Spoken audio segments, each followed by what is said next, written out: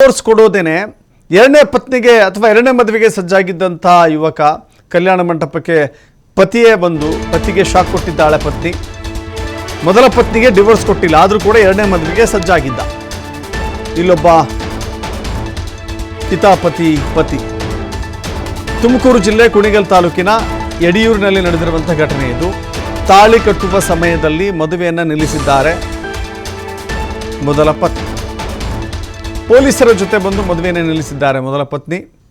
2014ರಲ್ಲಿ ಲೇಪಾಕ್ಷಿ ಎಂಬಾಕೆಯನ್ನು ಮದುವೆಯಾಗಿದ್ದರು ಹರಿಪ್ರಸಾದ್ ಎನ್ನುವ ವ್ಯಕ್ತಿ. ಆತ ಇವತ್ತು ಬೆಂಗಳೂರಿನ ರಾಜರಾಜೇಶ್ವರಿ ನಗರದ ನಿವಾಸಿ ಆಗಿದ್ದಾನೆ. ಲೇಪಾಕ್ಷಿ ಕೂಡ ಬೆಂಗಳೂರಿನ RR ನಗರದ ನಿವಾಸಿಯೇ ಆಗಿದ್ದಾರೆ. 8ನೇ ತರಗತಿಯಿಂದ ಇಬ್ಬರು ಲವ್ ಮಾಡ್ತಾ ಇದ್ರಂತೆ, ಲೇಪಾಕ್ಷಿ ಮತ್ತು ಹರಿಪ್ರಸಾದ್. ಇಬ್ಬರು ಮದುವೆಯಾಗಿ 10 ವರ್ಷ ಸಂಸಾರ ಕೂಡ ಮಾಡಿದ್ದಾರೆ. ಇಬ್ಬರ ನಡುವೆ ಕೌಟುಂಬಿಕ ಕಲಹ ಉಂಟಾಗಿತ್ತು. ಹೀಗಾಗಿ ಬೇರೆ ಬೇರೆ ಆಗಿದ್ರು.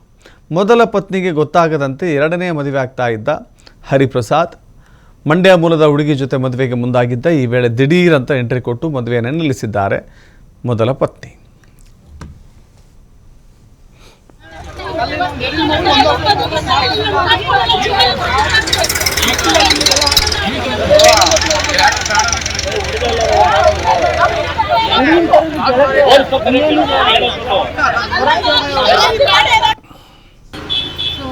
ನನಗೆ ಇನ್ಫಾರ್ಮೇಷನ್ ಇಲ್ಲದೇ ನನಗಿನ್ನೂ ಡಿವೋರ್ಸ್ ಕೊಡ್ದೇನೆ ಬಂದು ಇಲ್ಲಿ ಸೆಕೆಂಡ್ ಮ್ಯಾರೇಜ್ ಆಗ್ತಾಯಿದ್ರು.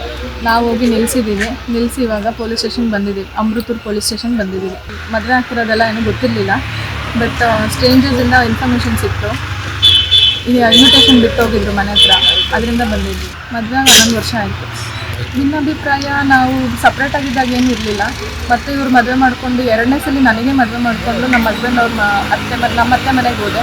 ಅಲ್ಲಿ ಅವ್ರು 4 ಜನ ಅವ್ರ ಅಕ್ಕಂದಿರು ಮತ್ತು ನಮ್ಮ ಅತ್ತೆ ಅವರೆಲ್ಲ ಟಾರ್ಚರ್ ಮಾಡ್ತಾಯಿದ್ರು. ಅದ್ರ ಮಧ್ಯದಲ್ಲಿ ಇವ್ರಿಗೆ ಅಫೇರ್ಗಳು ನಡೀತಾಯಿತ್ತು. ಆಮೇಲೆ ಸಪ್ರೇಟ್ ಆದಮೇಲೆ ಡಿವೋರ್ಸ್ ಇನ್ನೂ ಕಂಪ್ಲೀಟೇ ಆಗಿಲ್ಲ.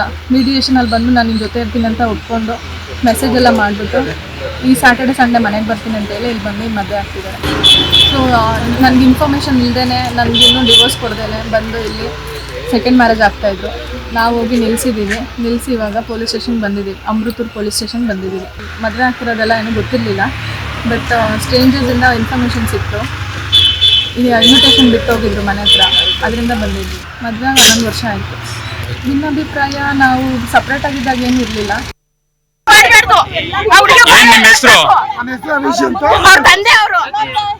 ಎಷ್ಟು ವರ್ಷದಲ್ಲಿ ಮದುವೆ ಮಾಡಿದ್ರೆ? ತಡಿಯಮ್ಮ 1 ನಿಮಿಷ ಇರಮ್ಮ. ಹೇಳಿ ಸರ್, ಎಷ್ಟು ವರ್ಷದಲ್ಲಿ ಮದುವೆ ಆಗಿತ್ತು? 11 ವರ್ಷ ಆಯ್ತು. ಕೈ ಬಿಡಿ, ಮಾತಾಡಿ. ಏನಾಗಿದೆ? ಅವ್ರ ಮನೆ ಇಟ್ಕೊಂಡ್ರು, ಅವ್ರ ಅಮ್ಮನೆ ಇಟ್ಕೊಂಡ್ರು ಅವ್ರ ಮನೇಲಿ. ಈಗ ಹೆಣ್ಮುತ್ತಿನಿಂದ ಸ್ವಲ್ಪ ಆಗಿದ್ಕೆ ಇವ್ರ ಬೇರೆ ಮದುವೆ ಮಾಡ್ತೀನಿ ಅರ್ಥ ಇಲ್ವಾ? ಏನ್ ವರದಕ್ಷಿಣೆಗೆ ಡಿಮ್ಯಾಂಡ್ ಮಾಡಿದ್ರಾ? ಇಲ್ಲ ಸರ್, ಅವರು ವರದಕ್ಷಿಣೆ ಗಂಡವ್ರು ಡಿಮ್ಯಾಂಡ್ ಮಾಡಿದ್ರ ಅಂತ.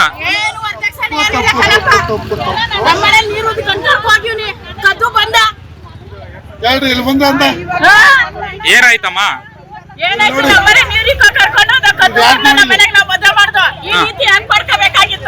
ಕೇಳಿ ಮಾಡ್ಕೋಬೇಕಾಗಿತ್ತು, ಅದು ಕರ್ತವ್ಯ.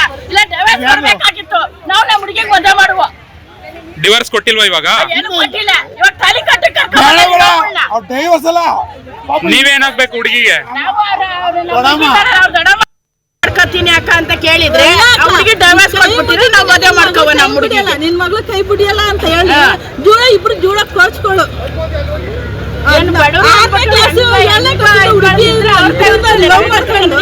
ಈ ತರ ಮಾಡ್ಕೊತೀನಿ ಅಕ್ಕ ಅಂತ ಕೇಳಿದ್ರೆ ಹುಡುಗಿ ಡೈವರ್ಸ್ ಕೊಟ್ಬಿಟ್ಟಿದ್ರೆ ನಾವು ಮದುವೆ ಮಾಡ್ಕೋವ. ನಮ್ಮ ಹುಡುಗಿ ನಿನ್ ಮಗಳು ಕೈ ಬಿಡಿಯಲ್ಲ ಅಂತ ಹೇಳಿ ಜೂಳ ಇಬ್ರು ಜೂಳ ಕೊಡ್ಸ್ಕೊಳ್ಳು.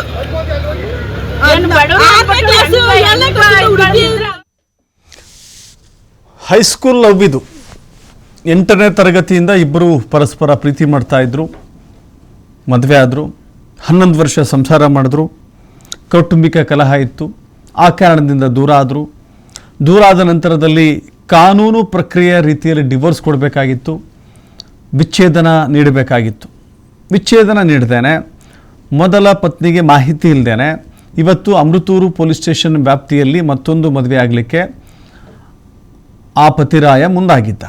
ವಿಷಯ ತಿಳಿದಂಥ ಮೊದಲನೇ ಪತ್ನಿ ನೇರವಾಗಿ ಲೇಪಾಕ್ಷಿ ಎಂಬ ಮಹಿಳೆ ನೇರವಾಗಿ ಆ ಮದುವೆ ಮಂಟಪಕ್ಕೆ ಬಂದಿದ್ದಾರೆ. ತಾವೊಬ್ಬರೇ ಬರಲಿಲ್ಲ, ಬದಲಾಗಿ ಜೊತೆಗೆ ಪೊಲೀಸರನ್ನು ಕರ್ಕೊಂಬಂದರು. ಅದು ಹೆಂಗಪ್ಪ ನೀನು ಮದುವೆ ಆಗ್ತಾ ಇದೆಯಾ ಅಂತ ಹೇಳಿದಾಗ ಪ್ರತಿಯೊಬ್ಬರು ಕೂಡ ಶಾಕ್. ಇನ್ನು ಎರಡನೇ ಮದುವೆ ಆಗ್ತಾ ಇದ್ರಲ್ಲ, ಅವ್ರಿಗೆ ಏನು ಸುಳ್ಳು ಹೇಳಿದ್ದಾನೋ ಗೊತ್ತಿಲ್ಲ, ಅಥವಾ ಅವ್ರಿಗೆ ಯಾವ ರೀತಿ ಮಾಹಿತಿ ಕೊಟ್ಟಿದ್ದಾನೋ ಗೊತ್ತಿಲ್ಲ. ಎರಡನೇ ಮದುವೆ ಆಗ್ತಾ ಇದ್ದಂಥ ವಧುವಿನ ತಂದೆ ತಾಯಿಗೂ ಆ ಯುವತಿಗೂ ಸಾಕಷ್ಟು ಶಾಕ್ ಆಗಿತ್ತು. ಆನಂತರದಲ್ಲಿ ಅದು ಕೇವಲ ಅಲ್ಲಿ ಹಿರಿಯರ ಜೊತೆ ಜಟಾಪಟಿ ಆಯಿತು. ಅವರ ತಂದೆ ತಾಯಿ, ಲೇಪಾಕ್ಷಿಯ ತಂದೆ ತಾಯಿ ಕೂಡ ನೇರವಾಗಿ ಮಾತನಾಡಿದ್ರು. ಇದೀಗ ಪೊಲೀಸ್ ಠಾಣೆಯ ಮೆಟ್ಟಿಲೇರಿದೆ ಪ್ರಕರಣ.